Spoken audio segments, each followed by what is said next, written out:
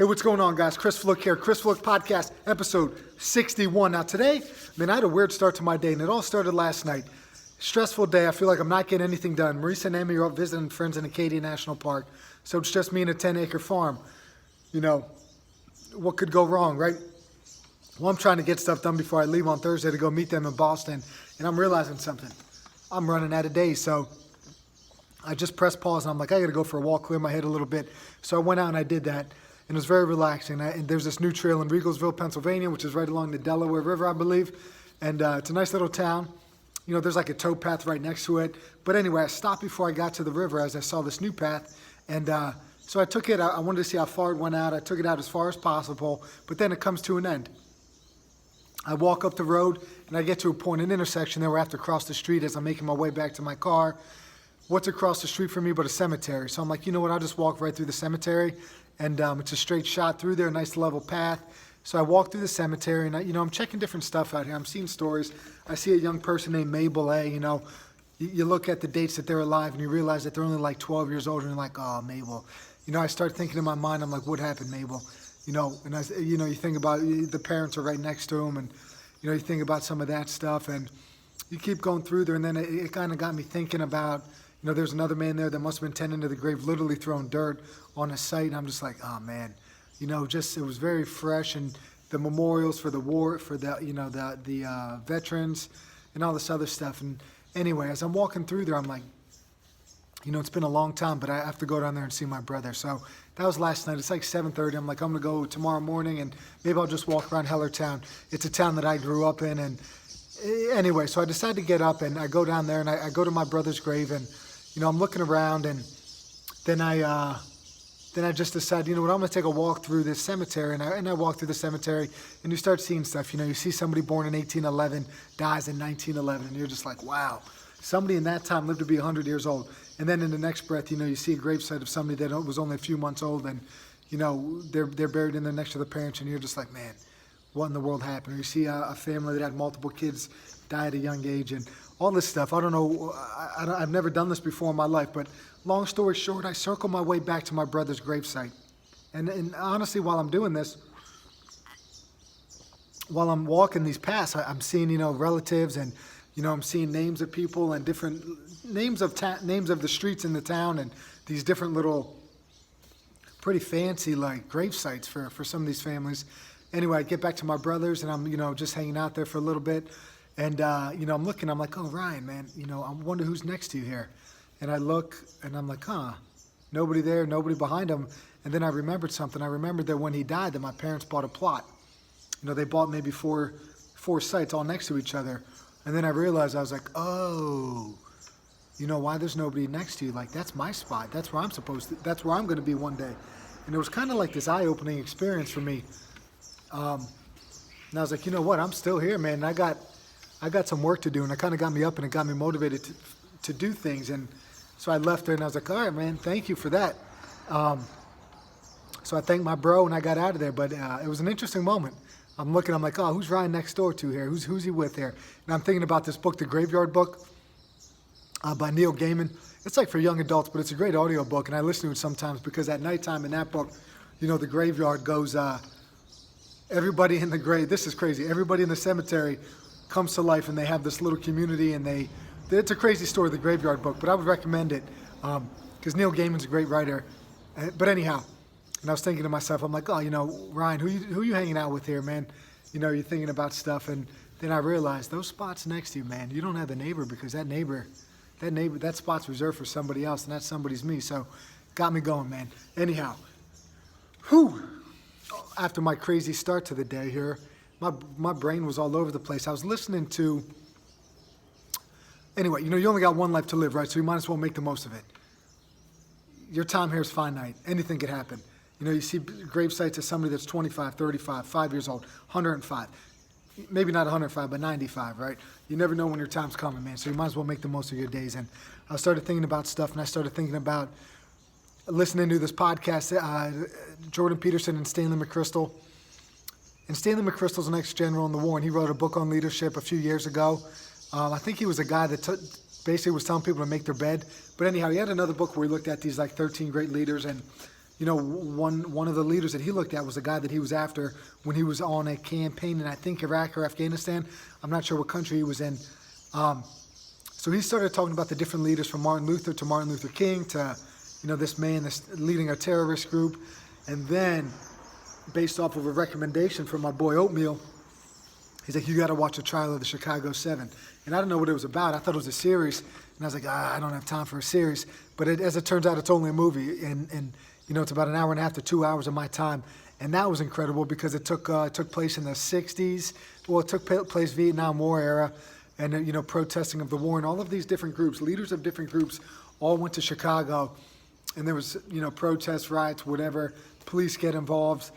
The Chicago 7, seven guys are facing trial for inciting violence and all this other stuff, right? But just the ability that these people had to lead and to move people and, to organize got me thinking about leadership in a different light. Everybody, when you start talking about leaders, everybody's got this idea in their mind that it's got to be like the Michael Jordan, Vince Lombardi, Tom Brady, these guys that are relentless and, just very hard on everybody and leading and instructing and coaching and teaching in such a way that it's almost like, to draconian or totalitarian in their approach or authoritative, right? But really, when you think about what Stanley McChrystal was talking about, then you think about what happened there with these people in Chicago, with the Chicago 7, and all these other different political movements. You're going to get a variety of personalities.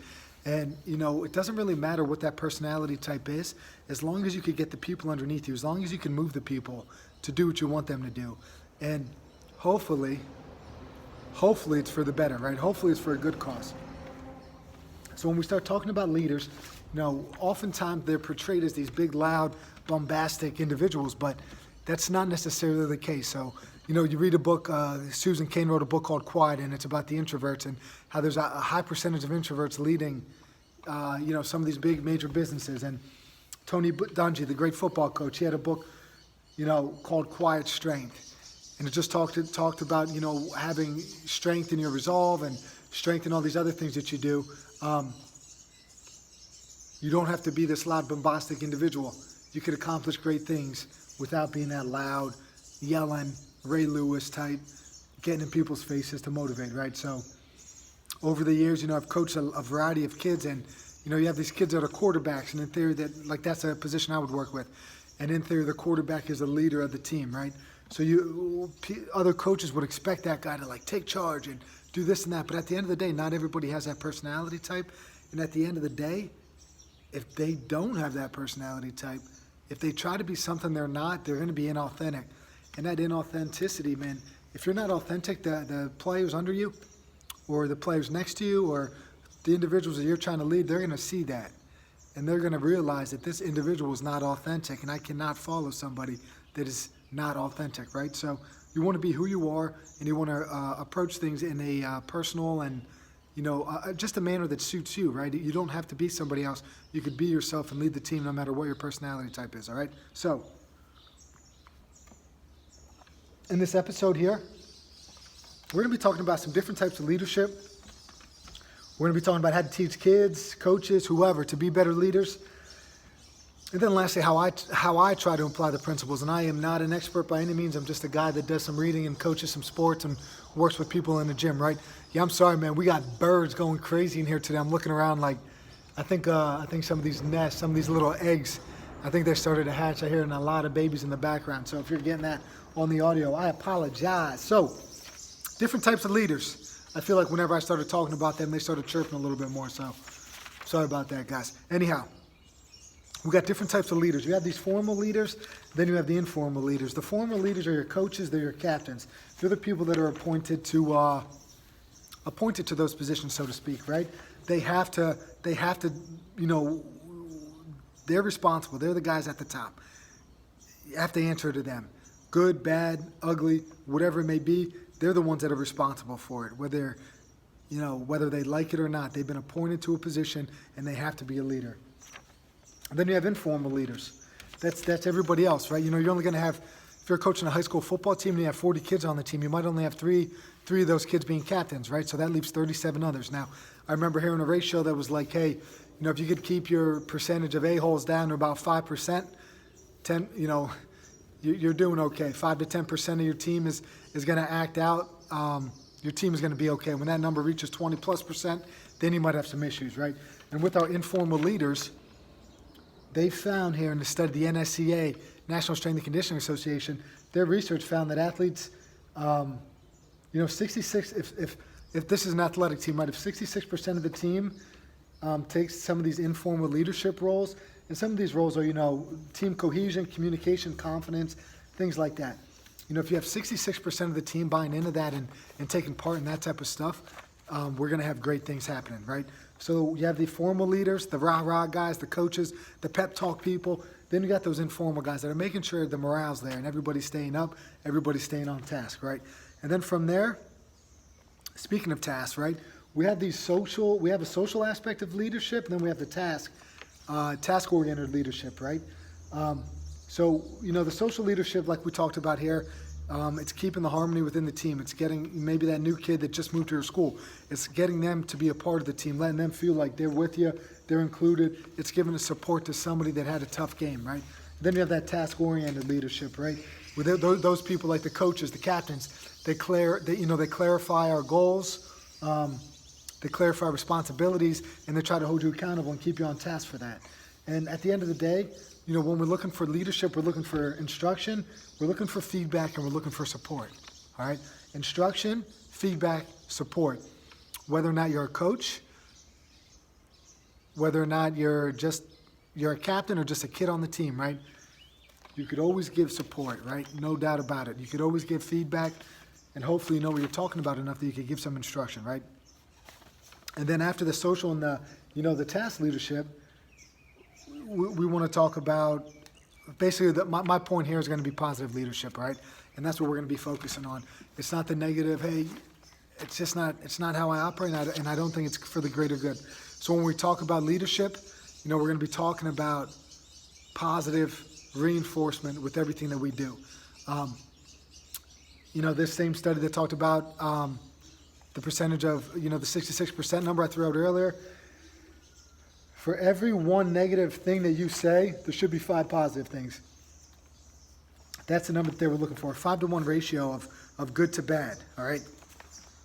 And with this stuff, they talk about transformational leadership and how you transform, other people to kind of do the task that you want them to do.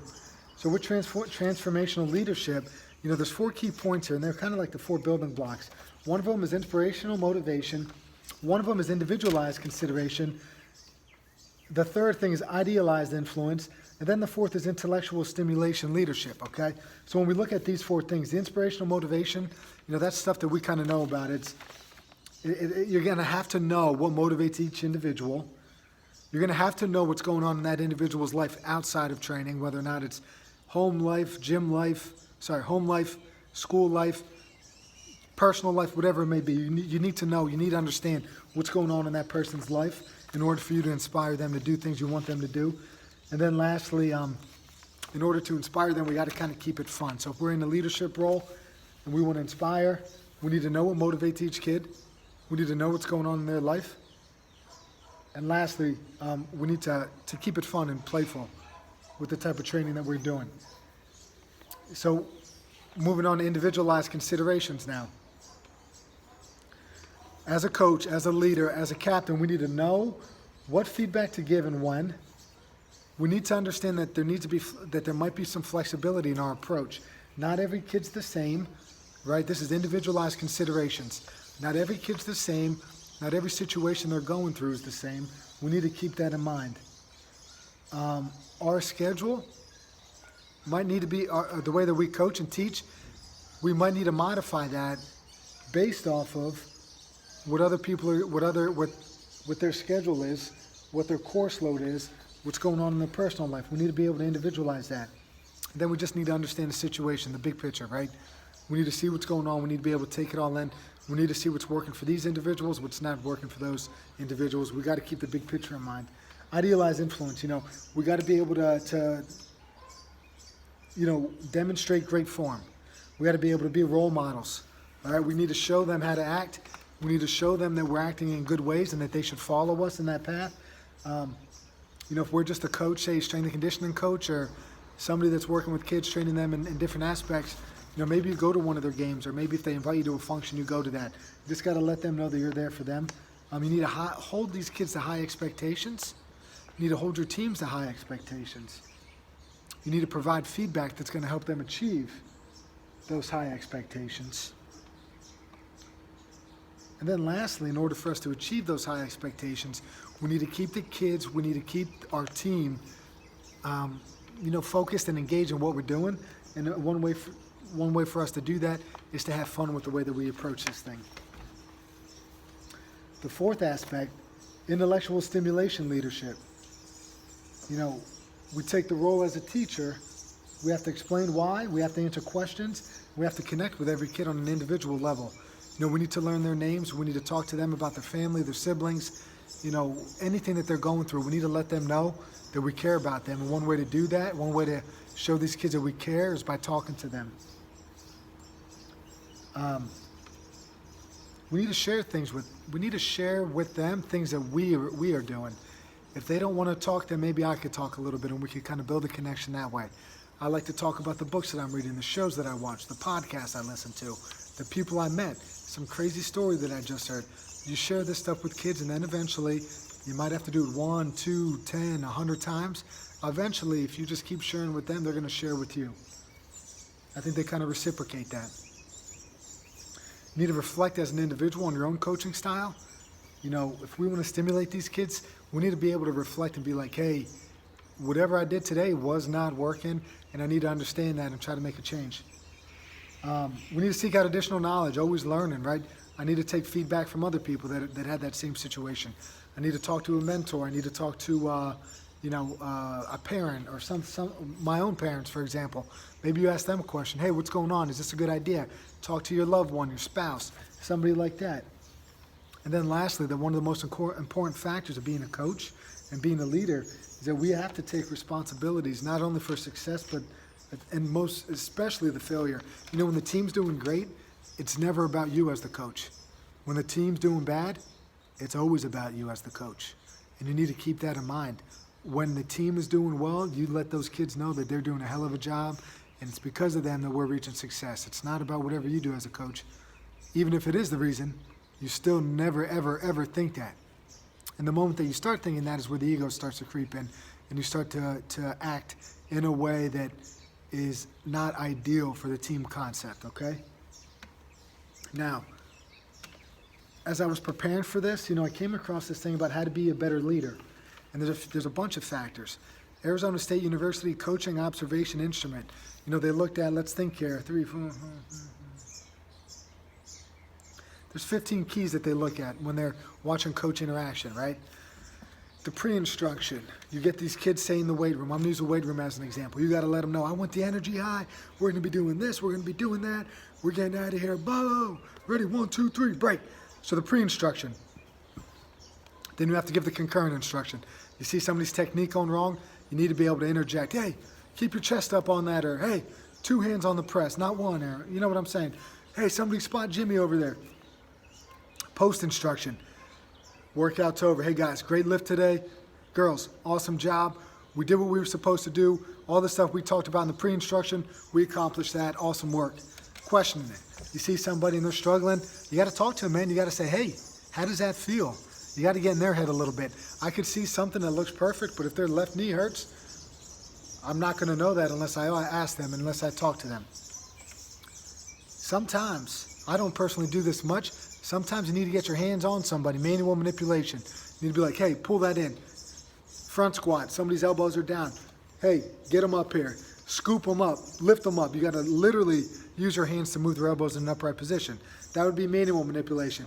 The next thing, positive modeling. You got to give them a good demo. You got to show them how to do the stuff.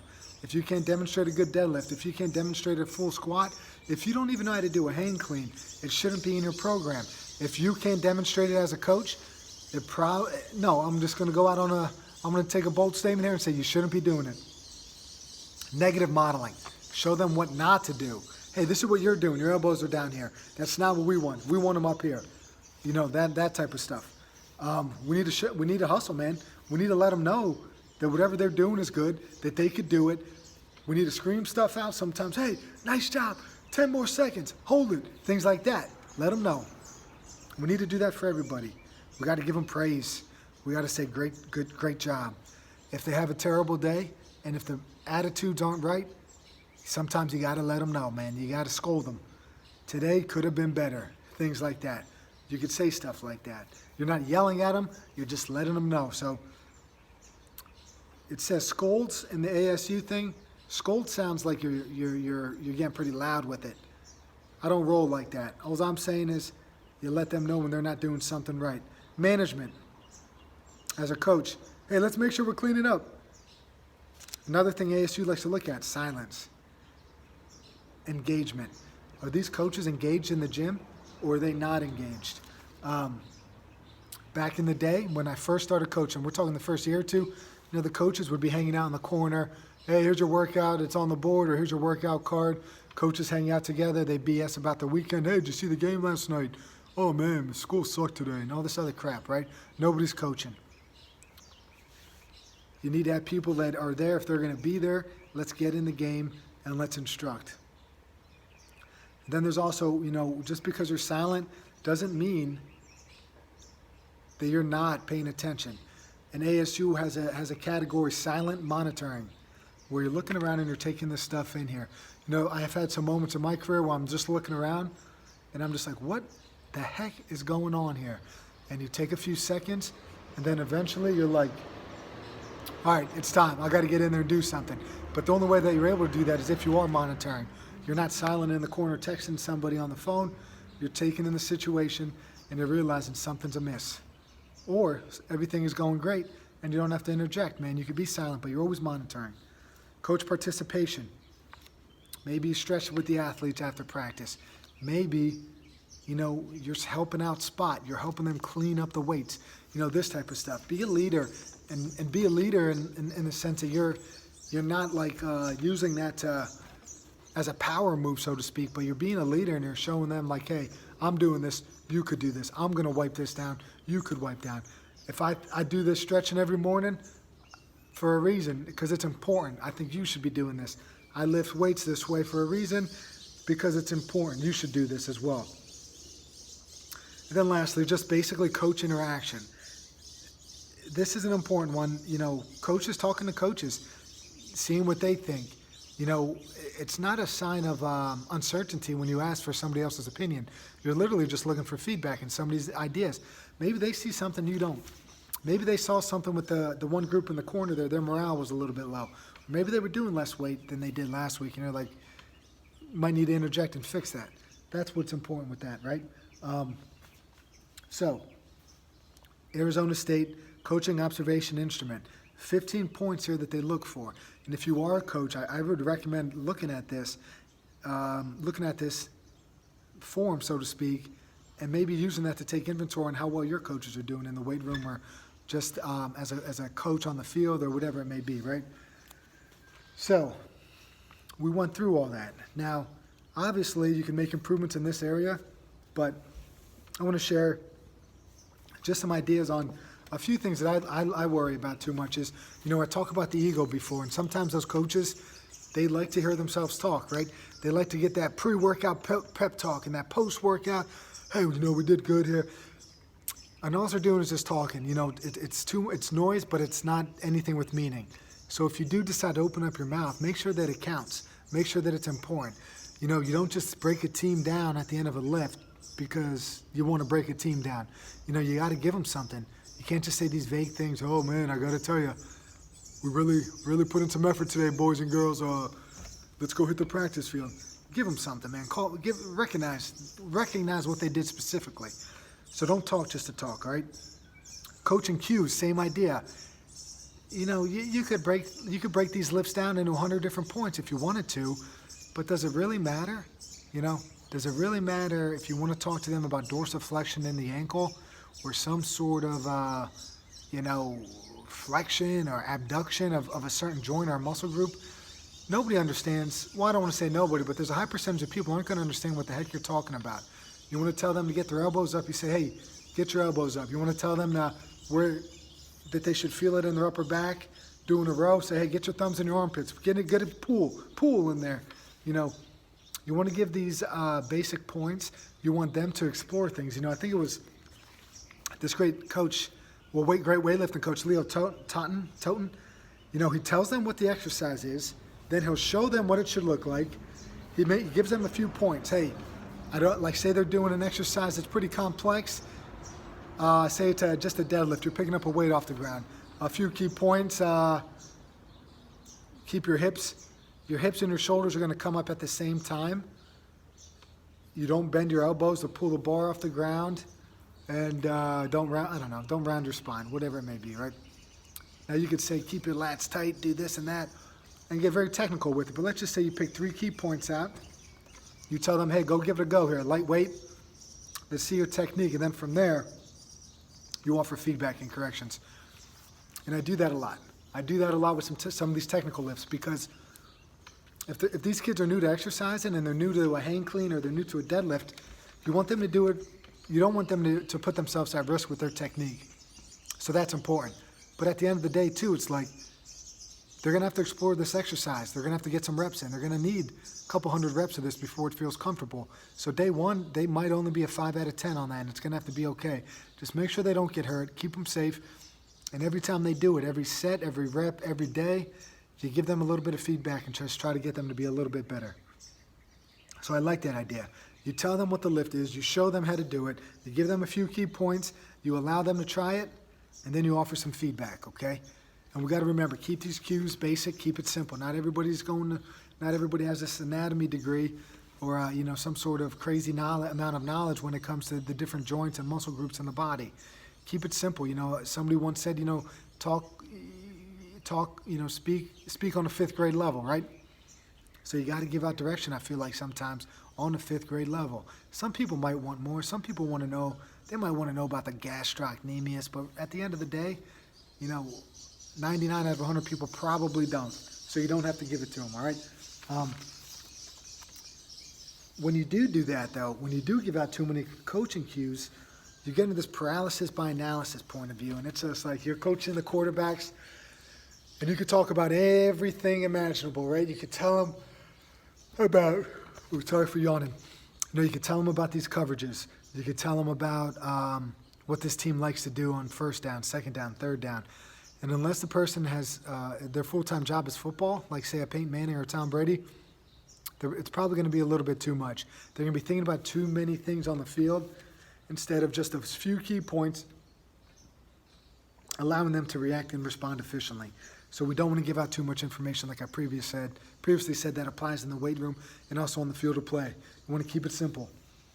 Lastly, Lastly, I think that the main key point here when you are leading a team or if you're trying to encourage kids to lead, you want them to lead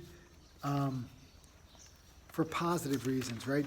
So when we talked about this positive leadership type ideas, one of those key, we have self-esteem is up, the attitudes are better, confidence is there, they're more social with each other, their performance is better, and one of the most important things that I think is that their intrinsic